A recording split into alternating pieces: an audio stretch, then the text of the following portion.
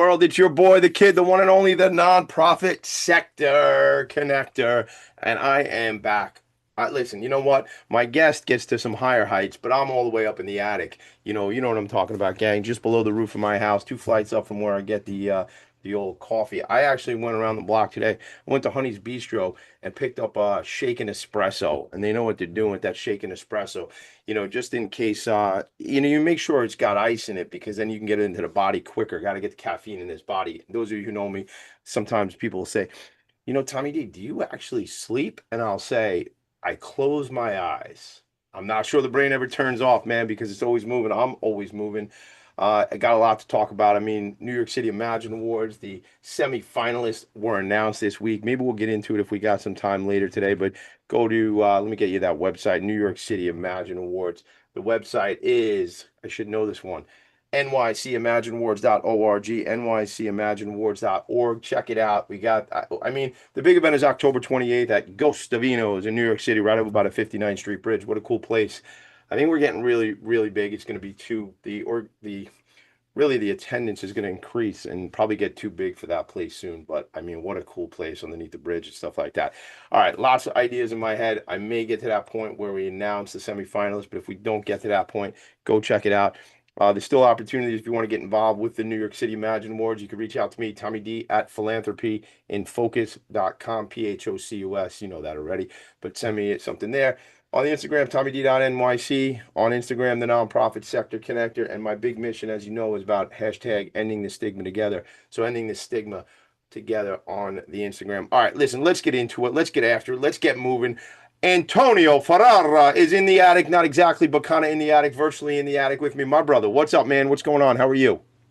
Good, Tommy. How are you, man? I'm Good to see you, rocking. buddy. Good to see you, man. I appreciate the kind words you had to say on the internet, on the interweb earlier this week. It's just funny how things happen because I do a lot of this stuff. I mean, we're way past, we're in, on our path now to 300 episodes of this program. Had a really cool feature in the Long Island Herald talking about, kind of rounding that corner, 200 episodes. And we were connected. Somebody told you to reach out to me, and then you made a comment on something I had done on YouTube, one of the shows. And I got to be honest with you, gang, I'm doing my best to try to manage it all. But I saw I went back and I saw this comment from you, and I don't get a whole lot of comments on YouTube, just being real. But like you had said, we should connect, we should reach out, this whole thing. And I think it was like late on a Thursday night. I saw that, and I don't know if I texted you or emailed you. We ended up talking. A couple days later, you had your big event down at the airport, which we're going to get into. But it's just funny, like how, boom, snip, snap, snap, like how fast things can move and stuff like that. And, all the love that I was kind of seeing you put out there, just, about the connection we have. And it's fast. We only know each other a couple months. But, they say, like, when you know. And that's kind of how it Yeah. is. And we got some cool things in common. And, listen, man, you're on the front lines doing great work. We got a lot of stories to tell today. Just to kind of put a quick pin in it, I mean, I was able to shoot out just kind of the tail end. I mean, the event was pretty much wrapped up, but on that Saturday when I got out to you that day, but we got to do a video. I got to meet Josh Mursky, who's a colleague and friend of yours, and he's got the neurodiversity flag, and I know he's going to be mad at me because I screwed up the name of it, but it's like the neurodiversity. It's not the freedom flag, but Strength flag. strength flag. Thank you, Yeah. Josh. I'm sorry. Neurodiversity strength flag. You know what? My little bit of neurodiversity, Josh got in there with the ADHD, man. I don't get all the details sometimes. But all right, let's get into this, man, because you got a great story to tell. I imagine that for the next 40 or 50 years, we're going to be friends. We're going to do cool stuff together. And this is just the beginning. And we've done some cool stuff. We got some connections already going. So look, let's take it back because aviation brat, like that's what like kind of when I started to check you out and some of the stuff you call yourself like an aviation brat. So we're going to get into Aviators for Autism. We're going to get into the programming, what your mission is, but really what I always like to start with on this program is, Anthony, what's your story, brother? What is the deal? What's your background? Where you came from, and really why is aviation even important to you? How about we start there, bro? Yeah, no, for sure. Well, I'm trying to stay focused. I'm like, my ADD is bugging me right now because I brought one of my one of my organization shirts to throw on, and I've been running around all day, and I'm sitting here looking at your Vanguard benefits, and I'm like, see, he Shout out. he's he understood the assignment. He knew I you had to understood. get it Yo, on. I love that song too. She understood the assignment. I like that song. But look, here we go. Talk about swag. I was at Yeah. Operation Vest. I got to tell you about this. Operation Vest, veterans ending suicide together. My dad owns a Ralph's Italian Ices in Huntington. My dad, for the last 4 years, has donated the ices. So I shot out to Gardner Park on Sunday morning and helped some folks scoop Italian ices. But I got to get some more swag like this. Shout out to Right. Operation Vest. Stefan and Jenny Hespler doing great work for the veterans. Gang, I will tell you this, man. I'm not big. First of all, I was going to say I'm not big in the gym. I don't even go to the gym. I might wave on the way by. But like, I'm not big on really any of this exercise stuff, but I got to get serious about it. But Stefan, since you brought up the swag, Stefan has this thing where he does 22 plus one push-ups. Gang, it's tragic that our veterans are taking their lives at a rate of 22 a day. So they do 22 push-ups plus one for that veteran who I guess how you say, fortunately was unsuccessful in attempting to take their life.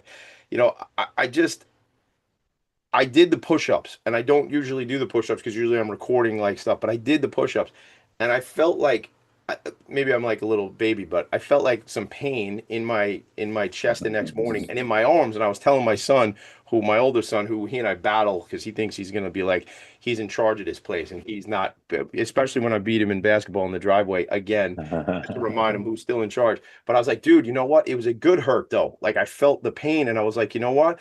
And I was talking to Stefan, I saw him at the Warrior movie premiere, which I was the MC at the Suffolk. Shout out to Warrior Ranch Foundation. But like I did the push-ups and I was like, you know what, man? I got to do these push-ups every day because I got to feel that pain because that reminds me. So, Stefan, I hear you. I see you. I'm gonna start doing the 22 plus one on a regular. I mean, for a slim guy like me, man, just those push-ups, I might bulk up real quick, right, Ant? I might just get Yeah. like I might So, so with that, I'll just say one thing with that, and then I'll dive right into your question. yeah. Veterans are important to me. My brother, it'll be 5 years, July 8th, that my brother lost his battle with mental health and addiction post-deployment, right? So while he didn't die of suicide, he kind of did, right? Like he's making some life choices that led him down a kind of like a suicidal path, whether he overdosed or not, right? So I'm super passionate about that. I do some work with veteran organizations, and I'm with you. Let's start doing 22 plus one every morning. Yo, Send each other a check mark on our system. Don't just send yeah, me a check. yeah. No, but you And take checks and check marks. I dig that, yeah, man. Yeah, yeah, yeah. yeah. That's good. So That's good, but that's accountability, right, man? And yeah, and I mean, like that's the thing. And I know Stefan's been on this mission. I don't know how many days because I didn't ask him when I saw him last week, but he would claim when I would see him over the years, like, Tommy, it's like 1,800 days I did this or whatever. So, Steph, if you listen and text me, I'll probably text him during the show because we got to do a lot of things at the same time. But I'll ask him how many days in a row. But like that's just the thing to promote because what it is it builds awareness and it builds a journey and a campaign and a commitment. So first of all, sending condolences to the loss of your brother. I mean, 5 years. I mean, like feels like a blip, his right? his birthday was yesterday. Yes, we were down Uh, at Calverton National. oh The man, whole family visiting, and yeah, it's a little surreal to see, right? Because like at one point in time, me and my brother weren't like on the best of terms because of his decisions, right? And he was like my hero for a long time, and there was a point in time where I'm like, I don't want my kids over the house if he's over there and things like that, right? And now he's gone, and like my youngest son never even got to meet him, right? So it's like there's lots of lots of guilt, lots of mistakes that, I harbor. And I think that's why I do the stuff that I do with the veteran organization to kind of yeah, like pay tribute to my brother. But, 100%. it's important, man. And thank you for all you do for the veterans. Oh man, listen, I'm just trying. Listen, if I can build awareness and drive people to just kind of be, like I said, aware, but just to know what's up and what's going on. I mean, that's what I'm about is bringing that awareness. So let's switch. I mean, we can go in a lot of different directions, which we will. But like, talk about your family growing up and stuff like that. Your connection, to aviation. I mean, it's forever, right? Yeah. So that's where like the term aviation brat comes from. And some people in the industry, may get that. And so my dad's been a pilot for American Airlines as long as I've been alive, pretty much, right? And he's still flying for American. He's young, he's 60, I'm 40, right? So he's been flying a long time, about 38 years at American. So I grew up an aviation brat in the sense that I was non-revving by myself as an unaccompanied minor at like 3 and 4 years old, traveling to and from Texas, New York. Um, Spending time with my dad at the airport because he also had his own aircraft, and my dad's an A&P and IA, right? So I've been surrounded by aviation my entire life. And actually, I've tried to stay out of aviation for a long time. And I'm never necessarily nothing bad about my father, but as a kid, when your dad's not around, as much as you love airplanes and stuff, you're like, man, no, I want to, is this like the career that I want to go into, you know? So I Yeah. had like a love-hate relationship until like my 20s when I kind of decided like, I know so much about this industry, even though I haven't been working in it. And like, this is, I feel like it was like my calling. So, I kind of got into this industry as like a quasi kind of entrepreneur as a kid in his 20s, cleaning, his own business, detailing airplanes and, and boats and stuff like that. And then, slowly got a job at a 135 on the ramp and just, progressed my career just, through my, my high level of knowledge. And, over the course of like 3 years, becoming a training manager on the ramp, writing procedures and training ramp guys on fueling and towing and all that. And then moving up into the corporate office here at Talon, where I'm the director of quality control and aircraft appearance. And, I oversee and manage a fleet of 35 aircraft. And we're talking about strategic sourcing and vendors and cabin attendants and pilot training, all different types of things. So, that's what my life is in aviation. And, I have a 10-year-old, a non-speaker on the spectrum with an apraxia diagnosis. And, you know, um, if you would have asked me, I've used this line a couple times in the past week, but if you would have asked me in like my 20s, like what I'd be doing at 40, like advocating for aviation and the autism spectrum was like not anywhere near the bingo card, right? Like I thought, who knew what I was going to be doing? Even when I had an autistic son, it like wasn't even like on my radar until a few years ago. And just through being at the airport, I mean, I don't have to tell you, you've been around a lot of this community, and the more you get around it, whether you have a kid or you're just supporting that community, it tends to make you a little less judgmental, a little more patient, a little more understanding, right? Like 5 years ago when I was at a grocery store and somebody behind the register is taking too long and they're slow. Like it's like easy to be like, "Oh, I got stuff to do. Like, let's go." When now it's just like, I got nowhere to go. Like, because who am I to like treat anybody differently than I'd expect my son to be treated at his age? So, I think it really just put into a lot of perspective for me. And then as I noticed, we travel a lot. My son travels everywhere. I'm like blessed. Like you wouldn't even know my son's autistic at the airport unless he's stemming, right? Like he waits online. He knows how to go through security. He's like a stud. My kid. I love him. It's like obviously I'm his dad, but being at the airport, you're really kind of like I'm a people watcher, and you see a lot of parents and people struggling. And I just felt like this, this compelling feeling that I just needed to like jump in and do something, right? And that's kind of where the idea for Aviators for Autism came, was just from more of a place of gratitude, Tommy. Like Yeah. I'm super blessed and grateful to have like what I have, and most families don't have that. And 87% of families with a loved one on the spectrum don't plan family vacations. That Yeah. probably means they're not flying, right? So I mean, that's kind of what brought me here, right? It's just where Yeah. God guided me. Yeah, yeah, yeah. Interesting, like how things happen in life, man. I mean, I want to get into, we might take a quick break, but I want to get into when we come back, like what it looks like from the perspective of, what was that catalyst? I mean, you weren't doing this the whole time while your son was with us, right? But then you just was like at this point, there was like a break point where you say, you know what, I got to lean in, I got to do this, right? So it wasn't his whole life, your son, that you've been involved with this kind of work. So I want to get into that a little bit when we come back, just kind of like and what you've learned from other families who have a child with different abilities, whether it be autism spectrum disorder, or whatever, man. I'm so tired. I gotta be honest with you, man. I'm really done with neurotypical. I'm like done with it because I don't even think it's a thing. I really, Yeah, because like I used to mock this word normal. What the heck? I almost said a bad word on my show, which we don't do here. But like, what the heck is normal, man? There's like nothing. We're all on, I'm big on the mental health space. Like, we're me all too. on this spectrum of mental health. We're all on the spectrum of neurodiversity. My opinion. Do I have any clinical? No, I don't. But I have 47 years of lived experience, and I know, and I'm raising four children with my wife. There are four children, but we're raising four children, and I'm learning every single day, in the conversations I'm in, whether it be CSE meetings for my own kids or just as you say, my connection to the population. I'm just tired. I think there's like talk about ending the stigma, man. I think we all learn differently. We're all individuals. And look, straight up, yes, people have some different, really different, difficult things they're working through, 100%. but I guess I'm kind of just saying, like, if we just meet everybody with love and compassion and be curious about where they're at in their situation, and I, do I say we stop labeling? I don't know, man. I mean, labeling's not a good thing, man. You know what? This is stuff, gang. You know, I share this with you. I'll deal with my therapist next week. We'll figure out what about this labeling thing or not. You know, I'll see you, Sean. I'll see you on Monday. We'll figure Well, something. You know what I'm saying? it's like super nuanced, right? And it's this community's always split down the middle on like every topic, whether it's ABA or whether it's education, or whether it's this or that, like it's or imagery, puzzle piece, an infinity symbol, right? Like Right. there's always this you know kind of decisive line. And then even more recently, I don't want to get into anything political, but when RFK made the comments, which were probably not in the best taste. As a father of a non-speaker, I understand what he was trying to imply. Poor choice of words. Yeah. Definitely Yeah. if you read that before you said it, like, man, you should have read it two or three more times, right? But stigmas. Yeah.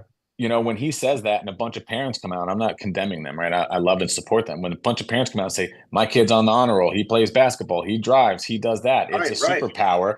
It also diminishes like parents like myself and others that are like, oh, wow, I'm being heard. Like my kid is, I'm going to be struggling. My son's a non-speaker and he's trying really hard to talk and do great things, right? But my son may need lifelong care his whole life, right? So it's like those stigmas affect the entire community, like all across the board. And I think, even the community itself gets caught in some of those labeling scenarios, and 100%. they're just advocating, right? That's why I won't blame them. Like their Yeah. parents, their loved ones, and they're advocating for their lived experience. And that's important.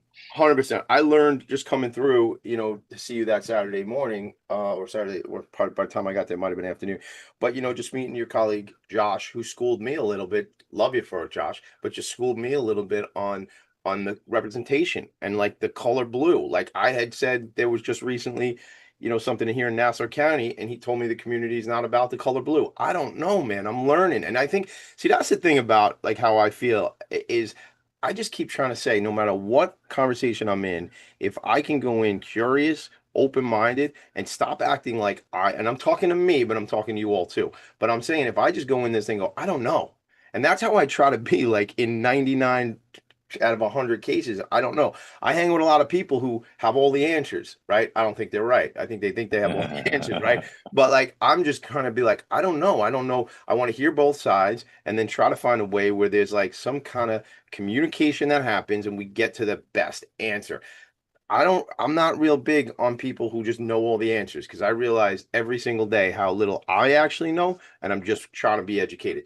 You know what? Look, that might be, people might go, well, Tommy D, that's silly that you say you don't know anything. No, I'm trying to learn, man. And I think if Yeah. we go into conversations and dialogues and be curious and try to grow from these things, I think we're better off. We got to take a quick break.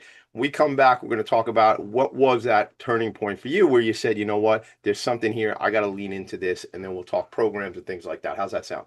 Love it. Yeah. All right. All right. This show is called Philanthropy and Focus. I'm called Tommy D. We'll be right back. Are you a conscious co-creator? Are you on a quest to raise your vibration and your consciousness? I'm Sam Leibowitz, your conscious consultant, and on my show, The Conscious Consultant Hour, Awakening Humanity, we will touch upon all these topics and more. Listen live at our new time on Thursdays at 12 noon Eastern Time. That's The Conscious Consultant Hour, Awakening Humanity, Thursdays 12 noon on talkradio.nyc. Are you a high-achieving, growth-oriented leader? Are you interested in developing your authentic leadership while creating a healthy, inclusive workplace? Hi, I'm Dr. Mira Brancu, host of The Hard Skills on talkradio.nyc at 5 p.m. Eastern on Tuesdays, where we discuss how leaders develop the hard skills needed to make a greater impact. We interview experts, have live coaching, and tackle these challenges. Listen to The Hard Skills on Tuesday at 5 p.m. Eastern on talkradio.nyc. You're listening to Talk Radio NYC. Uplift, educate, empower.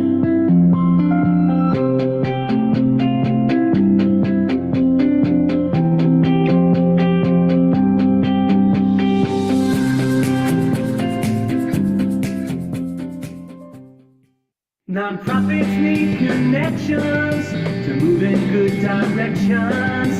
So cut through all the static. Join Tommy in his attic. Cut through the static, baby. Here's the deal. It's so funny because that song, I wrote that song with my buddy Brendan Levy, Uncle Brendan Levy, lead singer of Damaged Goods. And we were at a docks here on Long Island. Got to see Damaged Goods play the other night. Shout out to Brendan. I love you, man. You guys rock and roll. And we did that song together. I always try to give this cute joke. They used to be called The Goods back in the day. And then they got to be old men, and now they call themselves Damaged Goods. And I always get a kick out of that. But they were rocking at Doc's Saturday night. So give him some love for that. You know, I want to go to the website, gang, aviatorsforautism.org, aviatorsforautism.org. You'll see the events and stuff. Let me ask you a question. On the escalator, is that you and your boys walking up there with the two gray hoodies? Yeah, so that's Nicholas and Giorgio. And it's with I'm behind them. That's my wife. Oh, that's your wife in front of them? Yeah, Okay, got it. Yeah, I love that, man. Just that graphic because they're, what a cool that seeing them do it. They're traveling. You're at the airport. You can see the train to the terminal, rental car counters. So like that is just a great graphic, like doing it and kind of like air quotes, like overcoming some of these challenges, like of just like what for some people. Let me tell you this straight up. I hate to fly. Like I hate to fly. Like because we're going down to South Carolina. One of my boys has a baseball tournament. So we're going down to South Carolina. And I'm like, by the time you get to the airport, whatever, 2 hours early, I got to leave my house like super early, right? I figure I could drive down to South Carolina instead of getting on the plane. So I was like, I'm going to cruise. We'll have our own car. Long story short, we're going on a plane. I say I hate to fly because I feel like it's just inconvenient. It's just the whole thing is I got to wake up early. I got to get there early, and then in the plane. And I am capable of getting on the plane and being comfortable and getting it happen, right? Somebody who might have some stimulation challenges, some extra stuff, and is just not comfortable, it's going to get even more and more complicated.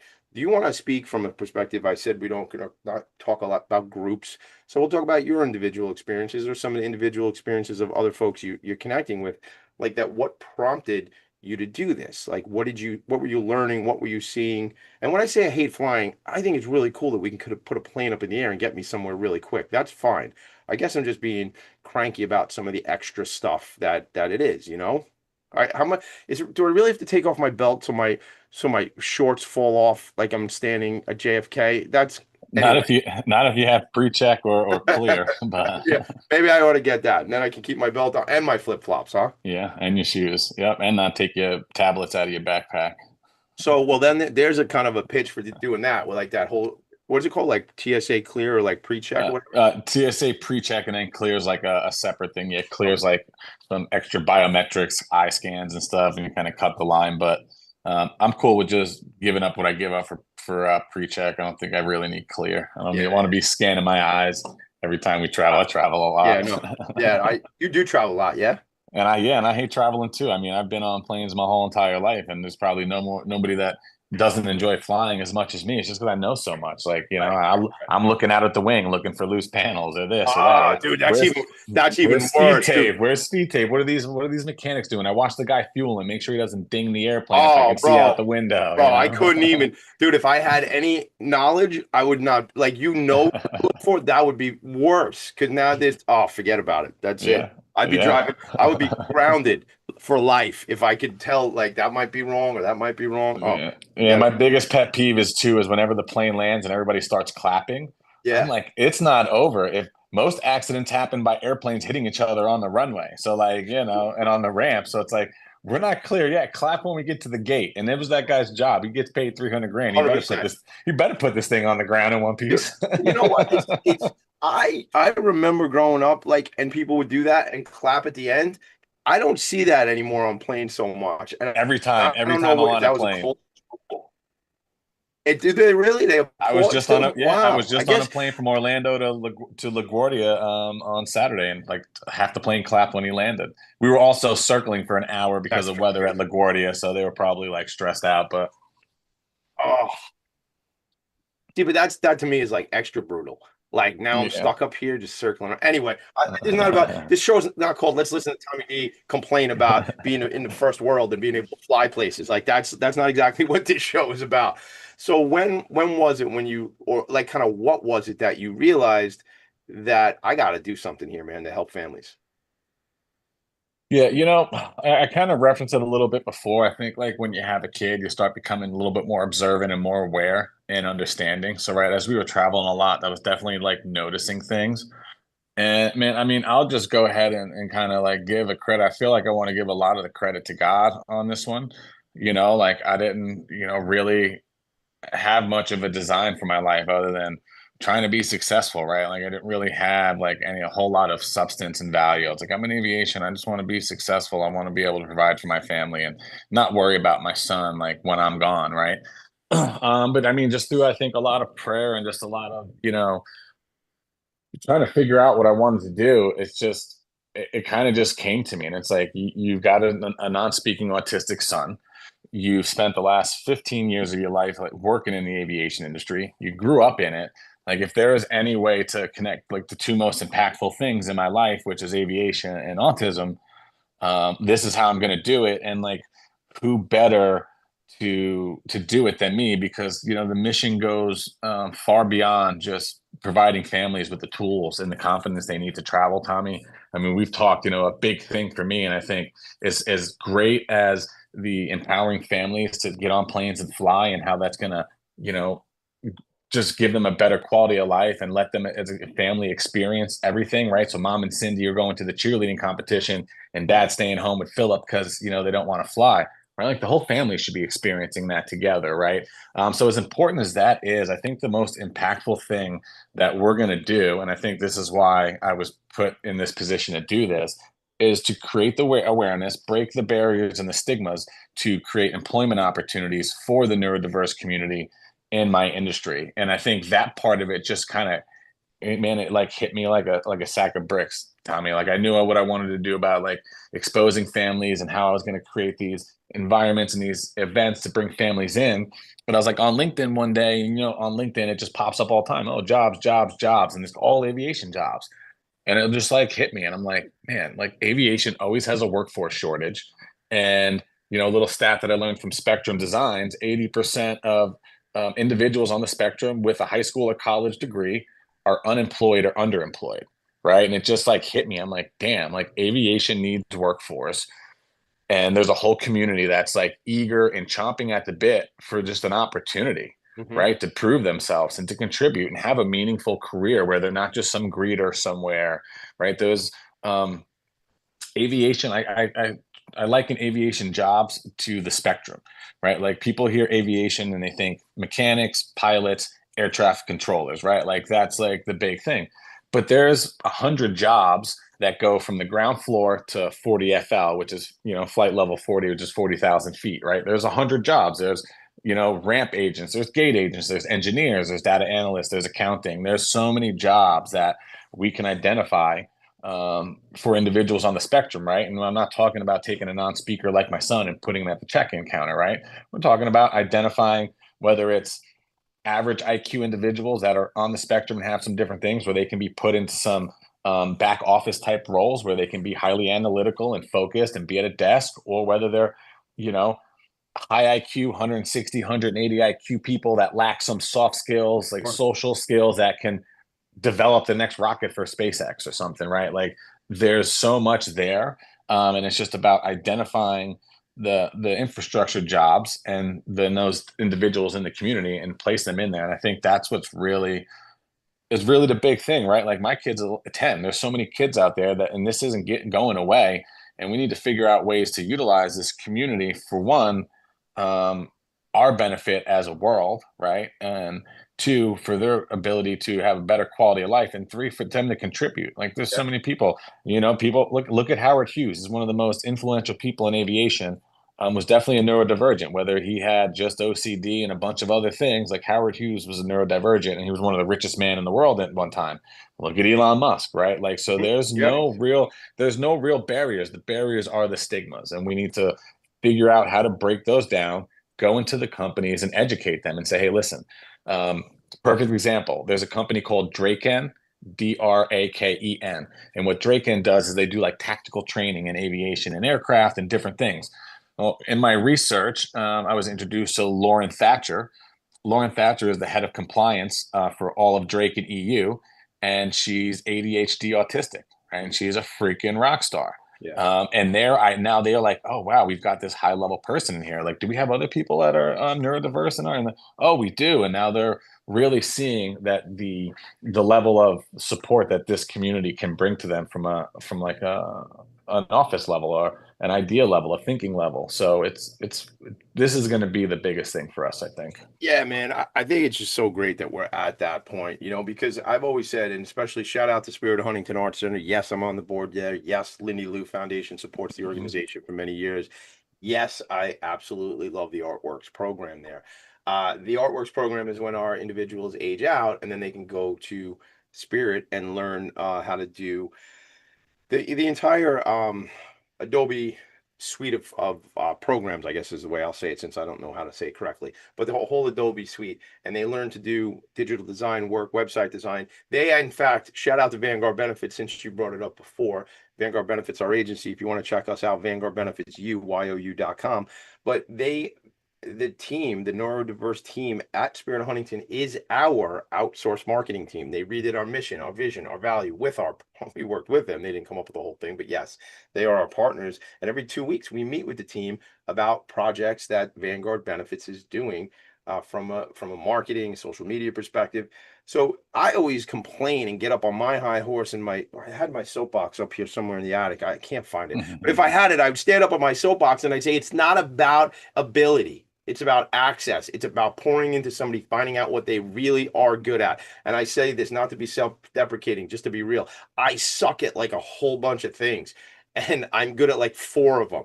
And if I just stay in my flow and do the 4 that I'm really good at, even if it relates to our business, my 2 partners realize we got to let this guy just do what he does best and keep him in flow, and then utilize other opportunities that, candidly, I'm more focused on business development for our agency than ever before, because my partners are like, go do that all freaking day and we'll support you in other ways. And I believe if we give people support in what they're doing and give them the access to opportunity, I really think, Anthony, it's not about ability. It's about access to opportunity. And if we keep pouring in, and you're talking about folks who lead organizations, you mentioned Elon, you mentioned Howard Hughes, you mentioned, there's so many. You said they had 100 different jobs from the ground to, how did you say the 40,000? What do you call it? 40 FL.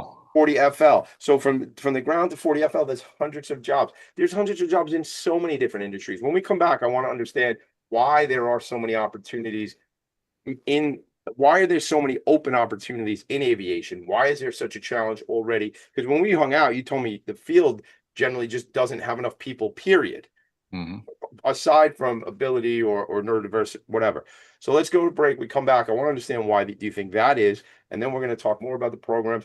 We're going to talk. I'll just drop this word on everybody: fuselage. Fuselage. I wrote it down.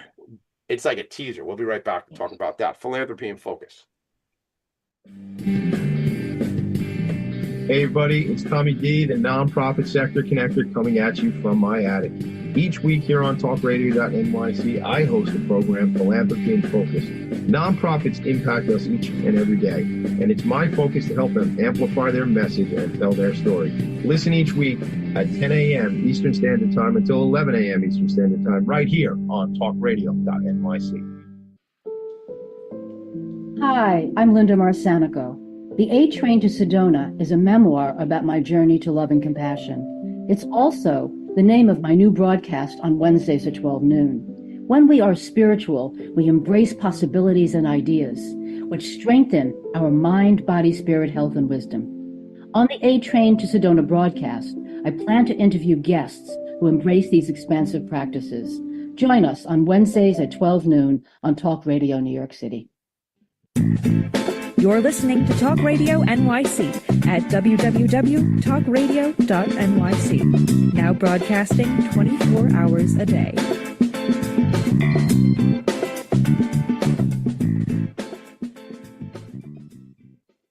Nonprofits need connections to move in good directions. So cut through all the static. Join Tommy in his attic. That's right. Drew me in the attic. All right, so listen, if you are in sort of listen only mode, Check out, go to Instagram, aviators underscore for FOR underscore autism. That's on the Instagram. But if you're watching as well, I'm actually showing that right now. So what's this thing right here with the superheroes that came out to visit at that last event? Yeah, so we actually have another event this Saturday. We're doing with Lufthansa Airlines, their internal nonprofit they have called Help Alliance Americas. We're actually going to do another event this weekend, but this one in particular, this was like our first real like big community event, and we did it here at Talon Air, obviously where I work, and Yep. my good friend who's also the CEO of Talon Air is also a board member on the nonprofit and has been really instrumental in helping me get everything started. I'm just a regular guy, blue collar, that just decided, hey, I'm going to do something that usually millionaires do. I'm going to start a nonprofit and like do a bunch of free work for other people, right? So I feel like without the support of people like James and other people, I wouldn't even be here. So I want to make sure that I share that because I'm eternally grateful. James has always been great to me and a big supporter, and without him, I wouldn't be doing probably as well with this as I am right now. But that event was really just like an intro to aviation. We called it Aviation Adventure Day, and we had a bunch of families and individuals come in, and we just created like a kind of like a all-inclusive kind of introduction to aviation. We had my good friend Pete, who owns Long Island Aviators, which is a flight school. He's a retired detective, great guy. He came over and brought one of his Cessnas over, so a piston aircraft, four-seater, and he did meet a pilot and basically a walk through the airplane and told everybody what these parts are, how they work, let the kids sit inside and take photos. We had then we had board the jet. So you see the aircraft there. We had everybody board the jet in groups, and we had cabin attendants who work in the private jet sector, so business aviation. They came in and they did a safety briefing with life vests and masks, and kind of just give the parents an idea, like, hey, you're going to get on an airplane, and this is kind of what the process is going to be, right? I don't want dumb down is not the word. Just more sensory friendly, right? They're not going into a huge airport. They're coming here to a closed facility. We had them we had a fuel truck come out. So we had a line guy come out and explain the fuel truck to them and say, here, this is how we fuel up the airplane. So just a bunch of fun little activities for the family to kind of just get exposed to aviation. And it was a really great time. We had lots of great feedback from the community. A lot of the parents loved it. Some of the kids have never even been around plane. And I hear it all the time. My kids love airplanes, but they've never even been on one, Yeah. So that's what that event it was. And that's kind of, what we're looking to do with a lot of this going forward. And what we have coming this weekend, Saturday, is with Lufthansa and Help Alliance Americas, is we're going to do a little something similar, but more geared towards the boarding process. So they're going to come in, they're going to check in, they're going to get a boarding pass, they're going to create a passport, they're going to go through security, and then they're going to board an aircraft, right? So this is like literally the airport experience that we're going to be doing here with them. So I'm really excited about that. I think, I was watching something on, first of all, gang, go to aviatorsforautism.org, and then you click on the events tab and you'll see the event. This is tomorrow. So if you caught this sometime within the next 48 hours, then it already happened. But if you're listening live right now, this is tomorrow, January. That's good, Tommy. This is June 14th, Saturday, June 14th in Farmingdale. Aviators for Autism and Help Alliance America's practice boarding. Listen, I was watching something this morning on I don't know where, Instagram or YouTube, and it was talking about, my folks, the ADHD gang, right? You, me, that whole gang, right?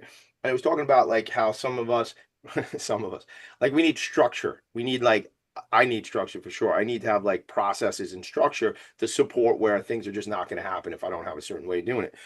Didn't know that for 42 years, figured it out. I thought I was just lazy. Yeah, I can feel you. You know that? You know my story. I was diagnosed with ADD as a kid, was on Ritalin for 10, 12 years, right? And then protested off in high school and thought I was just getting through life. Like none of that stuff affected me. And it wasn't until I started advocating and really peeling back the layers. It's like, no, you still got it. And all these things that you thought was just you is because of this, right? The imaginary shelf, the different things that, the shiny new toy syndrome. Like you could be totally focused on one idea, and somebody pops in and goes, "Hey, what about this?" And you're like, "Ooh, what's that? Shiny new." Yeah. Don't even we won't even bring up what it's like to be married to one of us. That's a whole other situation. I'm not trying. No, I feel for my wife. She's a saint. Same, same, 100%. But what I was really thinking though is like that whole process piece there, like having something guardrails and stuff like that, or even like, it's a perfect thing. Like that man or woman who's on the runway with the lights and stuff like that. They're like The marshaller. What are they called? Marshaller. A marshaller is like telling that pilot, like, this is the spot right here, right? Like, this is where you land. I could use a marshaller a lot of my life. But Okay. why I'm bringing it up is, going tomorrow and going through that process of, okay, checking in and getting a boarding pass, that gives me context and it puts me in this paradigm of when I am doing this for real, I know what to expect. And I think a lot of us would like to know what to expect. And I know, again, raising my own 4 children and their 4 own differences and things like that, and we're trying to navigate through what that's like. If we have more, excuse me, if we have more context and those guardrails, I like to say, I think we're better off. So I want to get into this thing because you shared with me, Tommy D, I have this vision for this getting a fuselage, and what's that about, man? I mean, we didn't say we were going to talk about it, but I think I'd love to.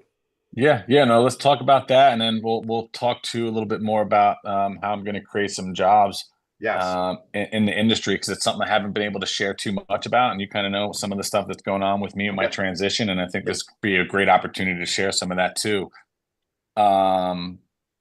So my ADD just took me there. What was the main question?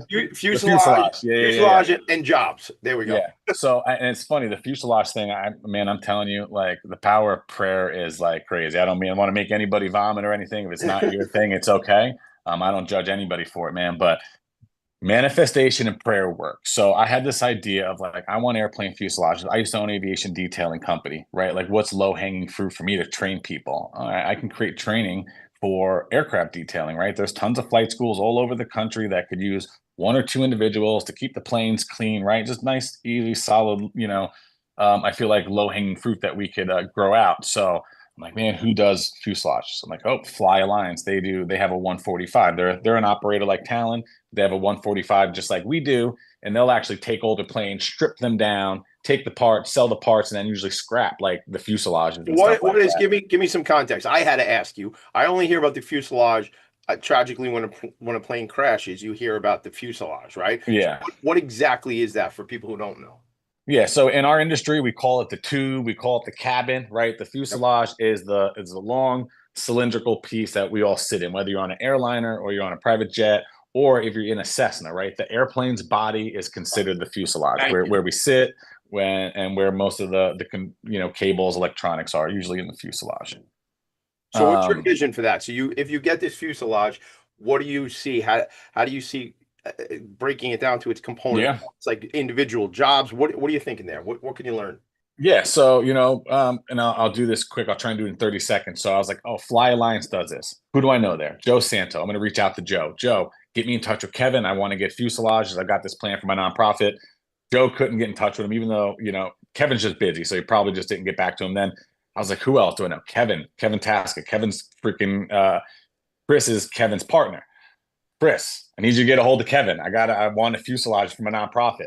He's like, all right, I'll try. The next week, Kevin walks into the building here at Talon Air. He wasn't carrying a fuselage, was he? No, right. But I cornered the dude and I walked right up to him in the hall. I'm like, hey, Kevin, it's a pleasure to meet you. I'm Antonio Ferrara. I've actually been trying to get in touch with you through like Joe and Chris. And he's like, why do I know your name? And I mentioned my sister. I'm like, my sister does airplane photography. She's worked for you. So long story short, I told him what I wanted to do. I manifested that crap, bro. Like I manifested the dude walking into my building. 100%. And I said, listen, this is my plan. I want to take airplane fuselages. I want to bring them to vocational training facilities. So think a winter center, think a facility like that, and say, hey, you've got this hotel room for Marriott or whatever. What do you think about putting an airplane fuselage in this building?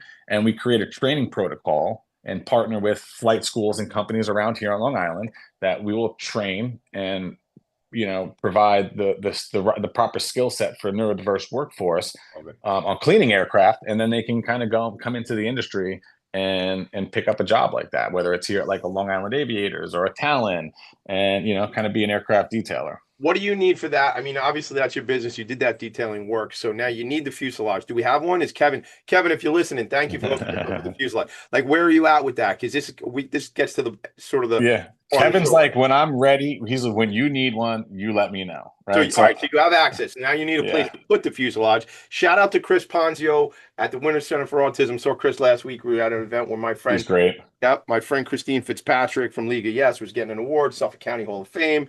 I met Chris Vaccaro. Chris Vaccaro is going to come on the show, with the Suffolk County Sports Hall of Fame. Tommy D, Focus. Yeah, that's funny.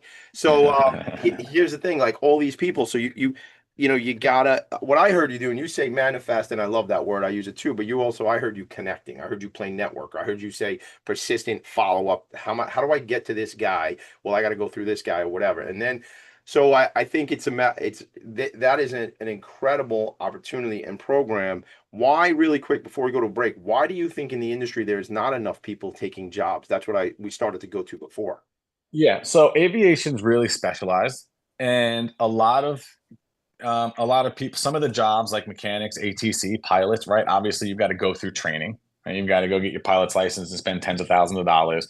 ATC, you've got to go through training and all these different things.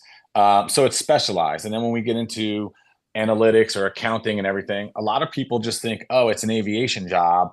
It's not. I don't know aviation. Like, what is it, right? And there's a thing that I like to use. Like, people don't know. You can't be what you can't see, right? So like, people just don't think it's obtainable. And aviation's constantly growing and growing and growing, and it's advancing. I mean, 100 years ago, they put an airplane on a slingshot, and two brothers flew it 5 feet above the ground for like 30 feet, right? And now we're flying nonstop 18 hours on like G700s, right? So it's like it moves very, very fast. And it's ever changing. So right now, everybody's like drones, autonomous flight, vertical lift, eVTOL, electrical vertical lift, right? Like now we're in that world, right? Already in like 5 years, we're going to be there, right? So it's always going. And aviation's very strict. And I think the key to the neurodiverse community is one of the biggest complaints in this industry from employers is employees not following procedures, standards, and workflow. Okay. Right. And if you give a neurodiverse person a workflow, a procedure, like that's the Bible, right? Like you just said, like, I need to know what I'm doing and I'm going to do it. Right. So if you tell an individual, like, this is what you're doing these hours of the day, this is what you're responsible for, and they're in an office and they're able to sit and focus and do these linear tasks, they're just going to bang them out. And then 6 hours later, they're like, hey, what else do I have to do? Is there anything left to do? Yeah. So that's like where my mind is like trying to connect it to. And it's really just about, it's just hard to fill it. There's not everybody's in aviation, it's specialized. Yeah. We'll take a quick break, but I just want to mention, there's so I'm very involved with Best Buddies, and there's a gentleman who I know named Zach Smith, and I just Googled him. He's a game statistician for the NFL, right? Zach is able to lock in and pick up all these stats from NFL games, and that is like a sweet spot where he's able to lock in and focus. Many people could never do that job. I'm one of those many people who could never do that job, right? But the point is, if we get into the spot where somebody's really successful and where they can lock in and follow certain things, and you mentioned procedures and stuff like that, super, super important and appropriate. We're going to get back, take a quick break. We'll get back. We'll bring it home. And I want to ask you, what else you need? Who do you want to meet? How does the nonprofit sector connector and all the little nonprofit sector connectors that I've made up and created in the world? How do we all help you? How do we make those connections? We'll talk about that when we get back. The show's Philanthropy in Focus. Right back. Were you an essential worker during the pandemic? If you needed to learn stages of epilepsy, did you depend on advocates? Did you use new innovations to cope with mental and neurological issues? Maintaining high quality of life and keeping good mental health are what we all strive for. I'm Frank R. Harrison, host of Frank About Health, and each week top healthcare influencers, professionals, and innovators answer these questions and more. Stay tuned on Thursdays at 5 p.m. on talkradio.nyc, and I will continue to be frank about health with all of you. Ready to serve up success with a splash? Hi, I'm Bruce Kramer, a.k.a. the Corporate Cockroach. I'm the Renaissance woman, Angie Snowball. And I'm your strategy doctor, Dr. Navtej Desange, inviting you to serving up success with a splash. Join us as we shake things up with real talk and real strategies centered around awareness, action, and accountability. And yes, there really is a cocktail involved. Please join us and sip your way to success. Serving up success with a splash, where wisdom meets happy hours. Cheers! Cheers. You're listening to Talk Radio NYC at www.talkradio.nyc. Now broadcasting 24 hours a day.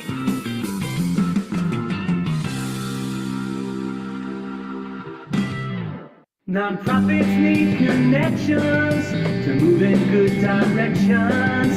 So cut through all the static. Join Tommy in his attic.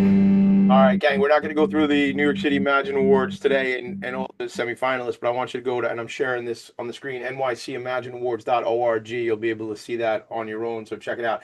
Anthony, what do you need, man? How do we connect with you? How do we get further going? How do we get things going further for the organization, for the impact you're making, things like that, for Aviators, for autism? How do we do that?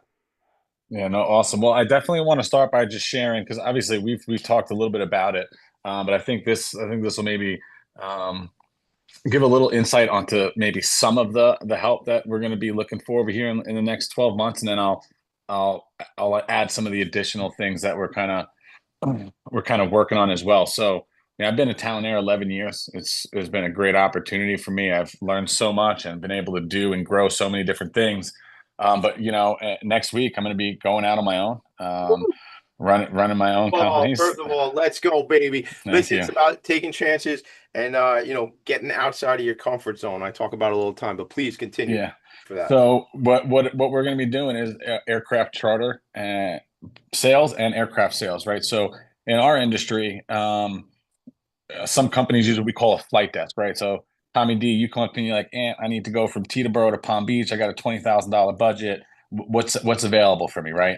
Typically at that point, I would go out and source it, reach out to operators. Hey, can I get it? What do we got? What do we got here? And then present them to you.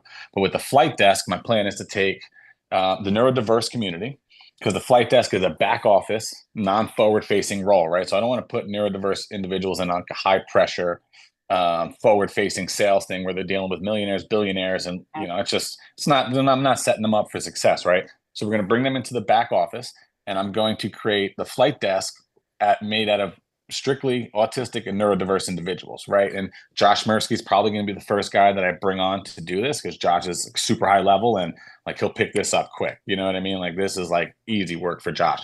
So instead, when Tommy D comes up to me and goes, I need Teterboro to Palm Beach, I go, hey, Josh, this is my trip. This is my routing. This is my budget. I need you to do the trip sourcing for me. And then he's going to go and he's going to reach out to the operators. So he's going to be able to sit in front of a screen and work on a focused task and handle the line items, get the options, give me a little heavy use operator may experience delays, low baggage capacities, whatever, right? And really, I want to build the roadmap. I think it's easier for me to say, hey, look what I'm doing. You guys can do it, than going to people and say, hey, you should do this, right?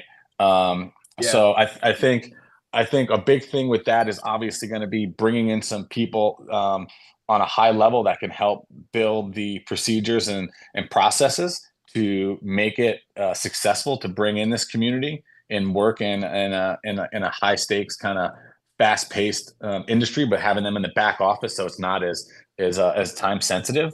So I mean, I'm really excited for the opportunity to start a business that's actually going to fulfill my nonprofit's mission, which is create employment opportunities, right? Yeah. I did, first of all, I could tell you very spiritual and religious, and God is important. Maybe not religious, but God, the whole God-centered thing for you.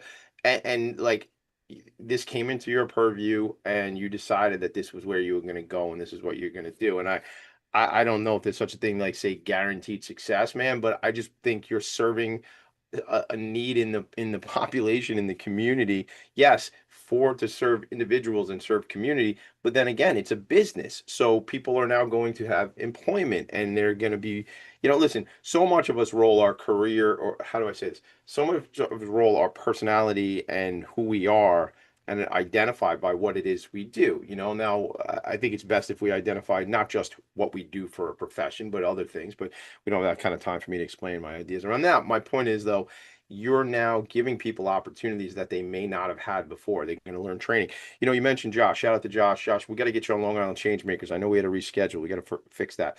But the thing is, you mentioned, you know, if that's what he wants to do and he learns this thing and then maybe he elevates to a different part, and he's just an example, but these individuals go, you know what, Anthony, I actually, yes, I'm neurodiverse, but I really want to do this in the aviation world, or not in the aviation world, but you'll be able to support them into their next move, right? So it's empowerment, it's access, it's giving people opportunity.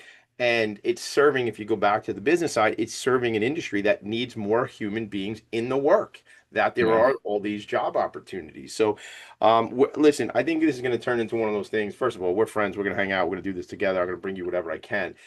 I think it turns out to, though, well, you keep me posted every so often about what's new, what's going on, and we do shows and we do different things. We go live, whatever. You know, that's a content thing where we could just go. We just go, yo, Tommy D, I got this thing I need. Cool. Why don't we just jump on a Facebook Live and like tell people what you need, and people will go, oh, I know somebody who can help with that. So that's my whole world. Yeah. Yeah, no, that's for sure. And I mean, and at a high level, like the stuff that we're looking for right now for support, Tommy, what makes the most impact for us is I'm a lot like you, man. So I love to connect with other organizations and seeing what they're doing. I love to get in the mix and roll up my sleeves and help other organizations. Just so I'm a giver, right? I've never even asked you for anything, right? Yeah, you. I think you asked me to come on the show. I think you asked me that. I think that. Yeah, I did. I did ask you that, right? But everything else, you know, we're just trying to like, you know, pour into each other, right? And that's kind of how it always ends. But if people are interested in reaching out, right? Obviously, we always need volunteers. How do they get to you? Yeah, how do they get to you if they want to connect with you and help? Yeah. The website, everything on the website comes to me. The Aviation Advocate on Instagram, Anthony Ferrara on LinkedIn, all that stuff is the best way to get to me. I'm always on that. But really, you know, volunteer, strategic partners, we're working on different initiatives for like travel sensory bags, or obviously anybody in the education and the vocational training space that, you know, has a passion or feels compelled to maybe get outside their line of thinking, right? That's why I bring up like a Winters, and I'm not saying outside their line, but they're focused on commercial kitchen and cleaning and some of these other things, right? So this is a totally new thing. So anybody that has any connections into that space would be great for us. And a big thing that I want to start working on is sensory rooms. You know, I've been speaking with Grand Rapids, Michigan. They just put a huge sensory room in, and they're trying to build some buzz around it. So they're kind of bringing us in. When you say sensory room, do you mean at an airport? When you say Grand Rapids, you're referring to the airport. Yeah. All right. I want to talk more about that really quick. Not today, because we're going to run out of time. Yeah. What I want to ask you really quick is, and I got an answer from Stefan Hespler, so we got to get to that about how many days with push-ups. So I'll tell you about before we leave. But do you know Chris Ponzio already at Winter Center? Are you talking? Yeah. Good. All right, we'll talk about that. We'll all have lunch. All right, we got to actually 3,361 days. This man has been doing these 22+1. April 2nd, 2016. He's been doing these push-ups. So shout out to Stefan Hespler. Shout out to Operation Vest. Shout out to you, my friend Anthony. Love this lid, by the way. I got to get you one of these, man. They had them in all different colors. I'll get you an Operation Vest lid. Gang, go to nycimagineawards.com. Go to aviatorsforautism.org. Hit me up on wherever you find me. You know what I'm saying? But like email's cool. TommyD at philanthropyandfocus.com. Or I don't really know how to use the messaging feature on Instagram, but I mean, send me something on Instagram, TommyD.nyc. I appreciate you all. Anthony, thanks for what you're doing, man. We're going to do some cool stuff together. I'm happy to be part of what you're doing. I appreciate you, man. No, man. And Tommy, thank you. I mean, you know, you've just been, I mean, I'll just regurgitate a lot of the things I said. You know, you've been like really a godsend. You've, you know, embraced me with open arms, and I'm not trying to pound our chest, but you know, the saying, real recognize real. And I'm really humbled and grateful that, you know, you see me for who I am, and, you know, you're willing to, you know, just be there. And I mean, that in itself is worth more to me than any like donations and sponsors and anything, right? Like I'm a network guy. You see my LinkedIn, I post other people more than I post myself, right? I just like throwing other people out there and like making sure they're getting people see what they're doing. So man, thank you. You're amazing. I appreciate your reputation far precedes you. Well, I appreciate it. We got to leave it there. We're out of time. And it's just that when it's telling great things about me, we still got to go. This has been another In Focus production. I love you all. See you next week. Later. Bye. Nonprofits need connections to move in good directions. So cut through all the static. Join Tommy in his attic.